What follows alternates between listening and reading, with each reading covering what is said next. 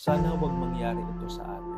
Last December, may pahabol po na request sa akin ng mental health workshop. Siyempre, natutuwa ako and we were able to deliver. Pagkatapos po ng session, tinanong ko directly yung reason bakit namin ni-run yung session na yon, at hindi lang po yun ang unang pagkakataon na ginawa namin yon para sa kanyang department. And to my surprise, she replied po na meron po pala kasi sa kanyang pamilya na nagkakaroon ng mental health issues. At sana nga po hindi mangyari ito sa ating lahat. Kasi sa panahon po ngayon, at this day and age, tayo pong mga Pilipino ay hindi pa rin ganun kabukas sa pag-uusap tungkol sa mental health state ng bawat isa sa atin.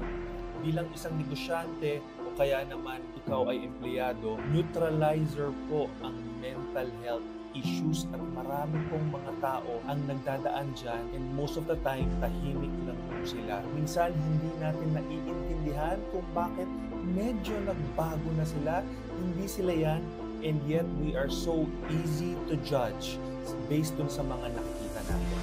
I am here to share with you na marami pong nagdadaan sa mental health concerns, at sana po magkaroon tayo ng mas maraming awareness nang sa ganon, maintindihan natin sila at matulungan natin ang bawat isa, kasi po we all deserve to be happy.